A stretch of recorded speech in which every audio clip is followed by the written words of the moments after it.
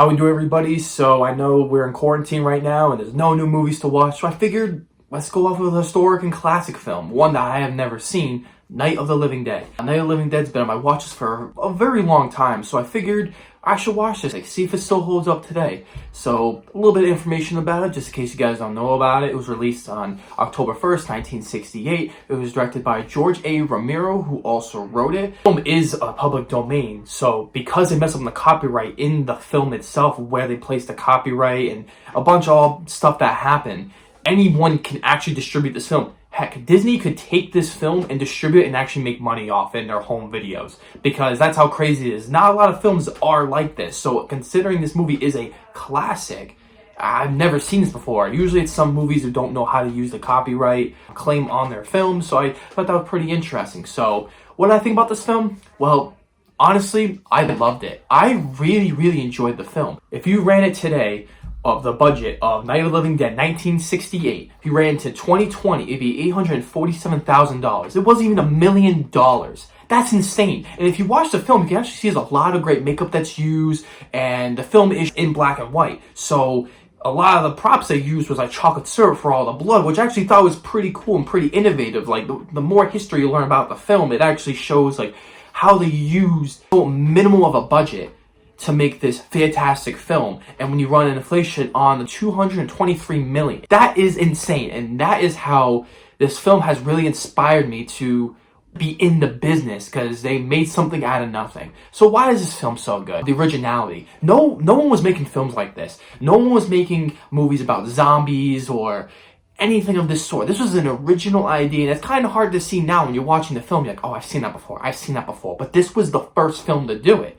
And they weren't even called zombies. They were called ghouls, or the living dead, as you could say. So I like the originality of it, that it's going to become this apocalypse and they have to get out of this situation because these people are becoming cannibals, affected by this disease, are coming after them. Like, I hadn't heard of this back then. And it's funny because this film had a non-rating, so no one was telling people, oh, you can't see it. So there's a lot of children who have actually seen this film, like 10, 11-year-olds, and a lot of people are really affected by it. Like, wow, it's the scariest movie ever. And you watch it now, like, it's not scary, it's pretty intense, but it doesn't have that same, I would say, level of intensity as some of the horror films we've seen now. But it's interesting to get that retrospect of times of that era where horror films like that weren't rated because they weren't as big as some of the dramas and romantic films and musicals, which were really big around those times. Now, I will admit, I will get into some of the negatives with the characters, but our main lead, Duane Jones, was pretty interesting because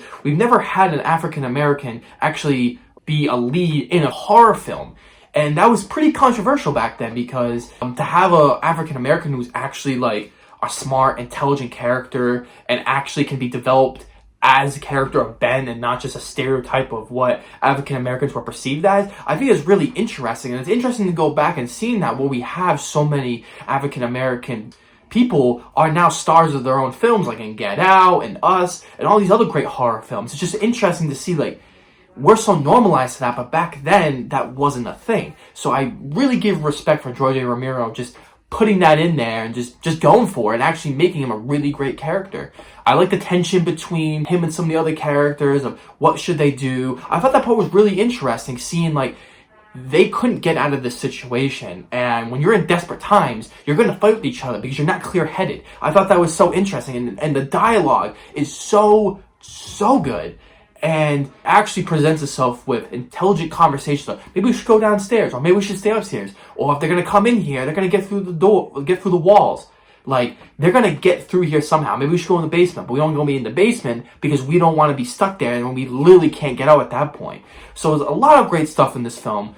The acting's surprisingly pretty good. I think Judith O'Dea does a really great job. Everyone else does a pretty solid job as well. Not the best acting in the world. I think it's very solid. The score makes the film way more intense. I feel like if the score wasn't in here, we wouldn't be getting a lot of these intense, frightening situations, especially for a film 1968. I feel like people would be really scared of this film.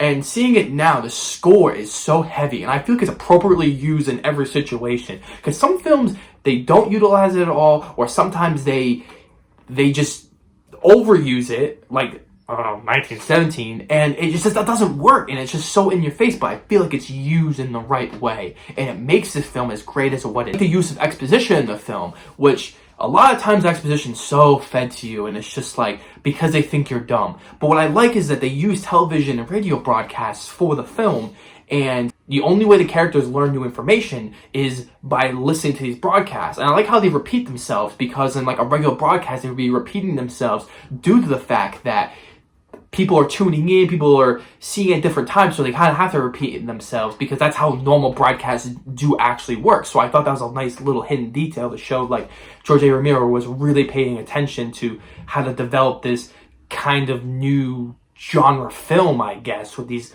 ghouls, I would say. And that's the only exposition we really get. And I thought it was really interesting learning about, okay, what do the scientists know? What is news media outlet?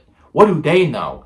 And I thought it was actually really interesting, because considering we're in the COVID-19 era right now, it's pretty interesting that like those two things can tie together, where they're only giving us information of what they know, and to the audience, which is us and the characters. So I thought that worked really well, and it was a great use of exposition. It was very smart, and it wasn't characters saying, oh, I think I know this, I think I know that, and no, it was just, it felt very genuine of how like a real life situation would actually be. George A. Romero's talent behind the camera really, really worked, especially with all the wide shots of seeing all the different angles of the house and seeing like, oh, hey, maybe they can get out here. It allowed us as the audience to figure out what we would do in this situation along with the characters, and not just giving us, okay, well, this is what the characters would do.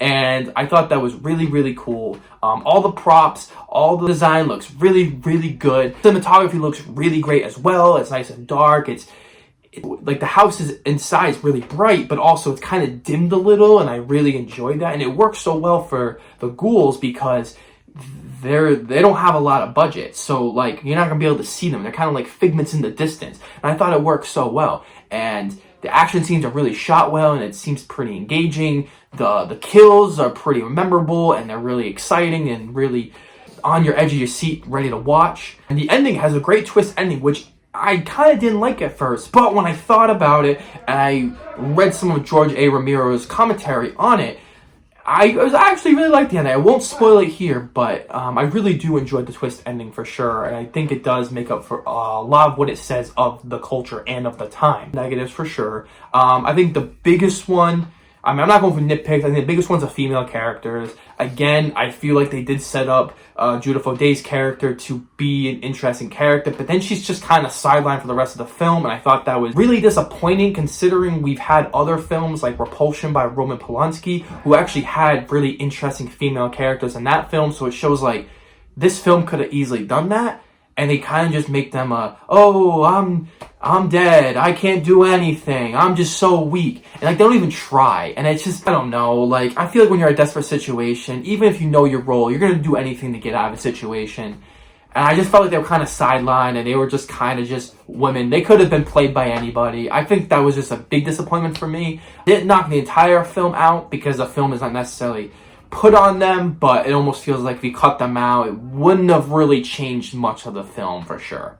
Sure, this film's outdated. Sure, we've had new things that come out, but seeing the history of a film, seeing how that translated and became such a historic piece of film for horror fans and film in general, is just insane. And that's what I've been really trying to do lately, is trying to go for these films and understand why where did these films come from, and what, like, who did it first.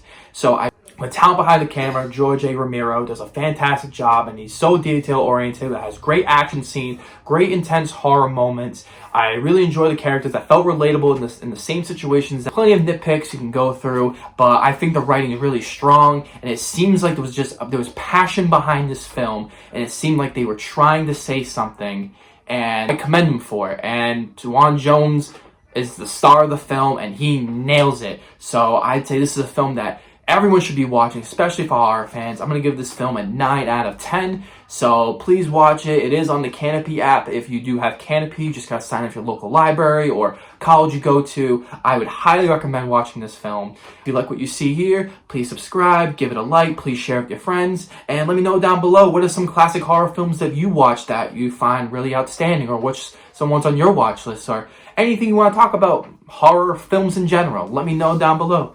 As always, I'll see you guys next time for the next review.